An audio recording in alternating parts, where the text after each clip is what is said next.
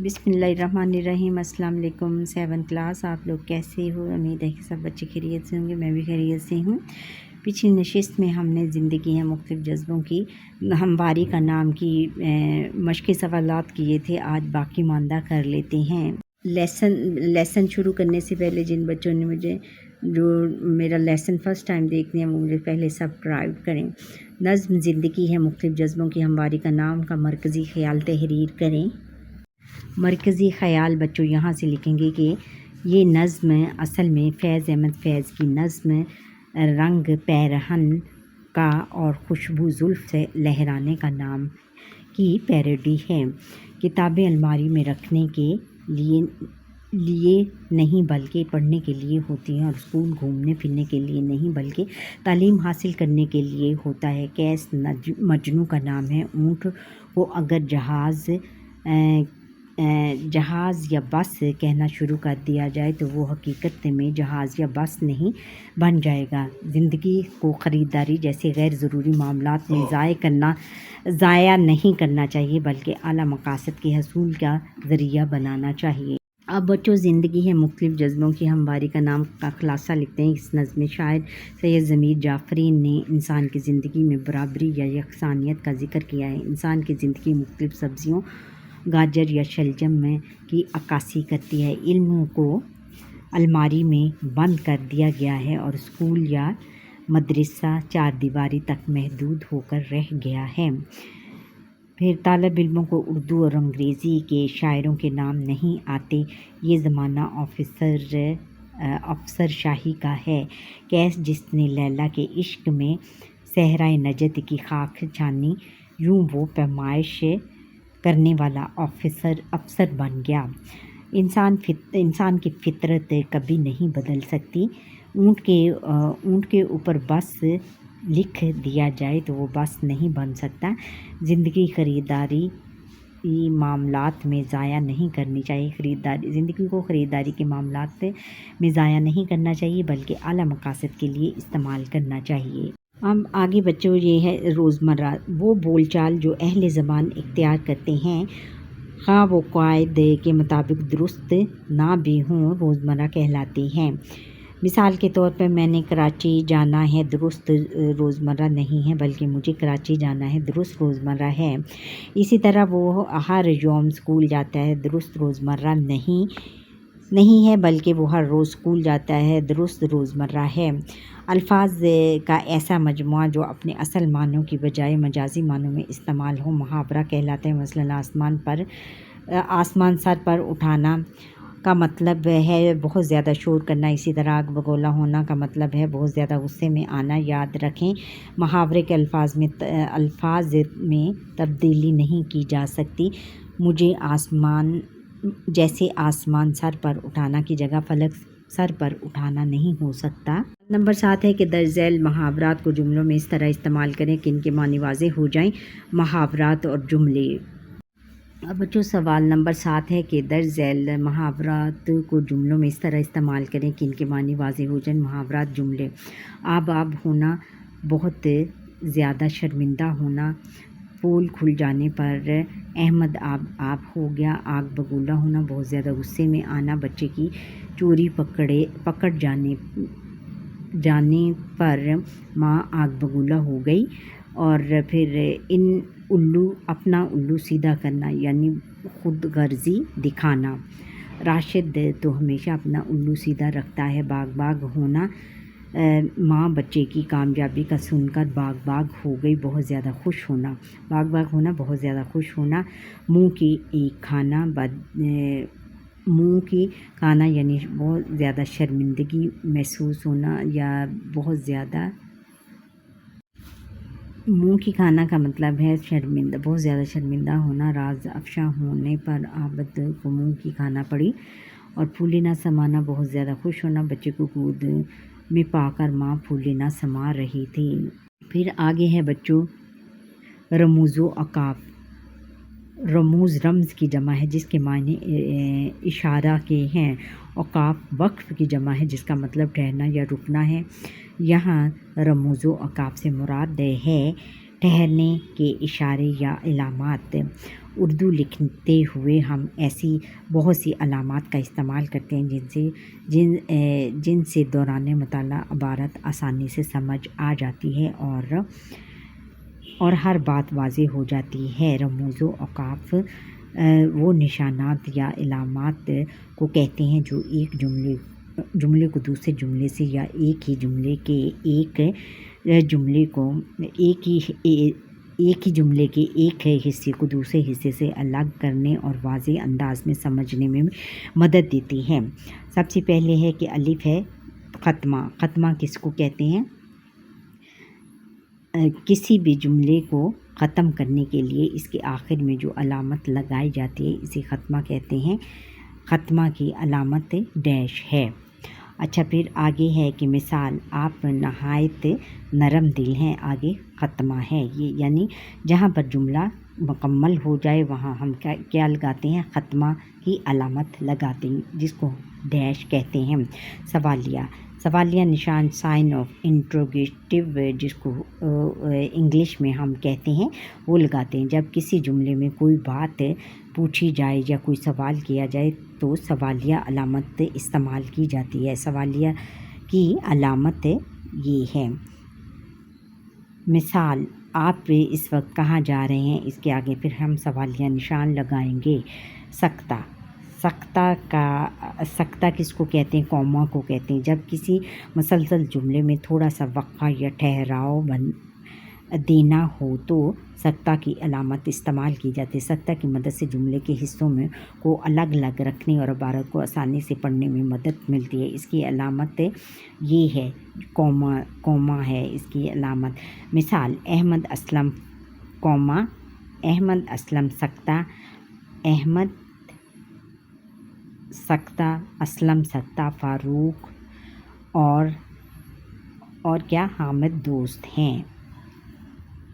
ندائیہ جب کسی جملے میں کسی کو مخاطب کرنا ہو یا حیرت یا جذبات کا اظہار کرنا ہو تو مخاطب کرنے یا حیرت وغیرہ کا اظہار کرنے کے لیے لکھے گئے لفظ کے بعد کیا ندائیہ کی علامت استعمال کی جاتی ہے۔ اس کی علامت یہ ہے، یعنی ایک لائن لگا کے نیچے ایک ڈاٹ، سیدھی لائن لگا کے کیا لگاتے ہیں؟ نیچے ڈاٹ لگا دیتے ہیں۔ مثال یا اللہ ندائیہ، پھر ندائیہ لگانا ہم پر رحم فرما، پھر آگے کیا اس کو فل سٹاپ، جس کو انگریزی میں فل سٹاپ کہتے ہیں اور اردو میں کہتے ہیں ختمہ۔ اچھا، پھر آگے واوائن ہے۔ واوائن کو کوماز، انورٹڈ کوماز کہتے ہیں انگلش میں۔ جب کسی عبارت میں کوئی قول، اقتباس، وضاحت یا بیان درج کرنا ہو تو شروع اور آخر میں جو علامات استعمال کی جاتی ہیں انہیں واوائن کہا جاتا ہے۔ واوائن کی علامت کیا ہے؟ یہ دیکھو، کوماز، انورٹڈ کوماز جو انگریزی میں لگاتے ہیں، اس کو اردو میں کیا کہتے ہیں؟ واوائن کہتے ہیں۔ مثال بچہ بولا، یہ ندائیہ علامت استعمال کر کے پھر امی مجھے بھوک لگی ہے، یہ جو اس کی بات ہے وہ ہم کس میں؟ واوائن میں لکھیں گے۔ پھر ہے کہ اگلا ہے کہ رابطہ کی علامت دو ڈاٹ، اوپر نیچے دو ڈاٹس لگائیں گے دو۔ اس کا استعمال وہاں ہوتا ہے جہاں کسی جملے کی سابق بات یا خیال کی تشریح یا تصدیق کی ضرورت ہو، یعنی اگر کسی نے کوئی بات کہی ہو یا کوئی جملہ بولا ہو یا تشریح کرنی ہو یا کوئی بات ہم نے بتانی ہو تو لکھ کر بتانی ہو تو پھر اس میں یہ علامت رابطے کی یہ علامت استعمال کی جاتی ہے۔ کسی مختصر مقولے یا کہاوت کو بیان کرنا ہو یا تمہیدی جملے کو، اس کے لیے علامت کیا؟ یہ رابطے کی علامت استعمال کی جاتی ہے۔ آمنہ نے پوچھا اب ہم کہاں جائیں گے؟ آمنہ نے پوچھا، یہ علامت رابطے کی ہے اور یہ لگانی ہے۔ پھر سوال نمبر 8 ہے کہ دیے گئے پیراگراف میں موضوع جگہوں پر علامات وقف لگائیں۔ اچھا، اس کا کیا ہے؟ طاہر طاہر کیا ہے ادھر آئے گا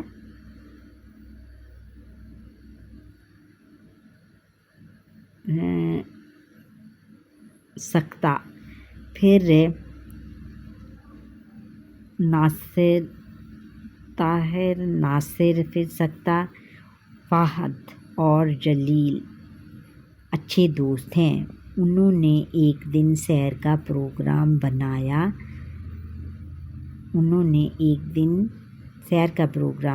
فہد نے پوچھا دوستوں ہم کہاں جائیں گے؟ ادھر ہم کیا آئے گا، سوالیہ نشان آئے گا۔ تینوں دوست سوچ میں پڑ گئے۔ جلیل نے کہا، ادھر وہ علامت آئے گی یہ والی، اور پھر ابا جان نے بتایا تھا فیصل مسجد جانا وہ بہت خوبصورت ہے۔ فیصل مسجد جانا، یہاں پہ سکتا آئے گا، وہ بہت خوبصورت ہے۔ سکتے کا آئے گا کیا ختمے کا آئے گا نشان۔ سب دوست وہاں جانے پر راضی ہو گئے، یہاں پہ بھی ختمہ۔ چلو آگے پھر ہے کہ روداد کسی سفر، مقام، تقریب یا واقعے یا حادثے کا آنکھوں دیکھا حال بیان کرنا روداد کہلاتا ہے۔ روداد یعنی اپنا کہانی بیان کرنا، یعنی اپنے سفر کے بارے میں لوگوں کو بتانا، روداد اس کو کہتے ہیں۔ روداد لکھتے ہوئے درج ذیل باتوں کا خیال رکھیں، متعلقہ واقعے یا تقریب وغیرہ کے مقام، تاریخ وغیرہ کا ذکر کریں، جملے مختصر اور زیادہ ہوں، بیجا تفاصیل سے گریز کیا جائے، تمام اہم باتوں کا تذکرہ کیا گیا ہو، مبالغہ افریدی سے کام نہ لے، حقائق کو ترتیب سے اور فطری انداز سے پیش کریں۔ حقائق کو ترتیب سے، جو مبالغہ میزی سے کام نہ لیں، یعنی اس میں اتنا مبالغہ نہ ہو، یعنی حقیقت کے پاس ہو، یعنی جو ہم نے دیکھا ہے وہی لکھنا چاہیے، اس میں آپ نے کوئی بات اپنے پاس سے نہیں لکھنی، حقائق کو ترتیب سے اور ترتیب سے لکھنا ہے، جو بھی باتیں ہیں وہ سب آپ نے ترتیب سے لکھنی ہے اور فطری انداز سے پیش کریں۔ فطری انداز سے یعنی جس طرح آپ نے جیسے گئے ہیں اور نیچرل انداز میں آپ نے پیش کرنا ہے۔ آغاز سے اختتام تک ایک مکمل تاثر پیدا ہوتا ہو، یعنی شروع سے آخر تک ایک مکمل تاثر، شروع سے آخر تک ایسا آپ نے لکھنا ہے کہ ایک ہی کہانی، کہ وہ ایک ہی منظر بیان ایسے لگے کہ وہ ایک ہی بندے نے لکھا ہوا ہے یا ایک ہی کہانی بیان ہو رہی ہے۔